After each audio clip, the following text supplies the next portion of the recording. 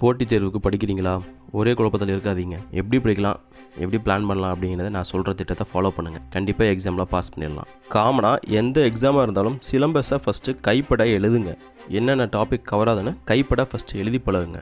அப்போ தான் உங்களுக்கு அந்த விசிபிலிட்டிங்கிறது உங்களுக்கு அதிகமாகும். சரிங்களா? நேர மேலாண்மை, த கோல்டன் ரூல். காலையில் 5 to 8 மணி வரையிலும் படிங்க. சரிங்களா? நைட்டில் மொபைல் அதிகமாக யூஸ் பண்ணாதீங்க. 10 மணிக்குள்ள தூங்க போயிடுங்க. அப்புறம் 6 மணி நேரம் படிப்பு, 6 மணி நேரம் மறுபார்வை ரிவிஷன், 6 மணி நேரம் பயிற்சி டெஸ்ட்டு. சரிங்களா? இந்த ரூலை ஃபாலோ பண்ணுங்கள். இல்லை நீங்கள் ஒர்க் போயிட்டு பார்ட் டைமாக படிக்கிறீங்கன்னா 2 hours 2 hours 2 ஹவர்ஸாக பிரிச்சுக்குங்க, ஸ்ப்ளிட் பண்ணிக்கிங்க. இல்லை 3 hours 3 hours 3 ஹவர்ஸோட ஸ்ப்ளிட் பண்ணி படிங்க. சரிங்களா? அடுத்து நம்ம பார்க்க போகிறது நாளாந்த திட்டம், அதாவது டெய்லி பிளான். காலையில் கோர் சப்ஜெக்ட் பாடப்பகுதி படிங்க. மதியம் PYQ, அதாவது ப்ரீவியஸ் இயர் கொஸ்டின் சால்வ் பண்ணி பாருங்கள். மாலையில் செல்ஃப் டெஸ்ட், அதாவது சுய தேர்வு எழுதி பழகுங்க. நைட்டு மறுபார்வை ரிவிஷன் பண்ணுங்கள். சரிங்களா? ஆனால் ஒரு கான்செப்ட் படித்தாலும் இல்லை ஒரு யூனிட் படித்தாலும் ஃபஸ்ட்டு நோட்ஸ் எடுத்து பழகுங்க. அடுத்து வாரந்தோறும் திட்டம், அதாவது வீக்லி பிளான். திங்களிலிருந்து வெள்ளி வரைக்கும் கோர் சப்ஜெக்ட் ஃபுல்லாக படிங்க. சனிக்கிழமை ஃபுல்லாக ரிவிஷன் பண்ணுங்கள். சனிக்கிழமை மட்டும் ஃபுல்லாக ரிவிஷன் மட்டும் பண்ணுங்கள். ஞாயிற்றுக்கிழமை மோக் டெஸ்ட் கம்பல்சரி எழுதுங்க.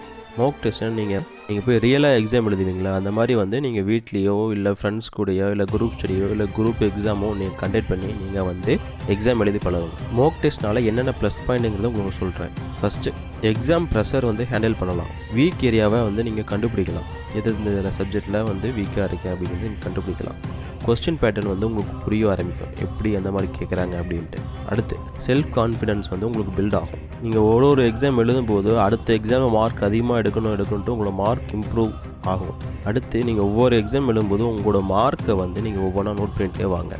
போட்டித் தேர்வுக்கு படிக்கிறது ஒரு போராட்டம் தான். ஒரு படை வீரனுக்கு ஒரு ஆயுதம் எப்படி தேவையோ அதே மாதிரி இங்கே உங்களுக்கு ஒரு ஆயுதம் என்ன தெரியுமா? Revision plus test. இது ரெண்டும் தான்.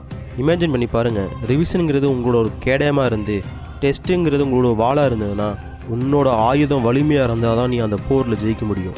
எந்த ஒரு போட்டித் தேர்வாக இருந்தாலும் சரிங்க, இந்த ஒரு விதியை ஃபாலோ பண்ணுங்கள். திட்டம், மறுபார்வை, சுய தேர்வு, அதாவது பிளானிங், ரிவிஷன், டெஸ்ட்டு.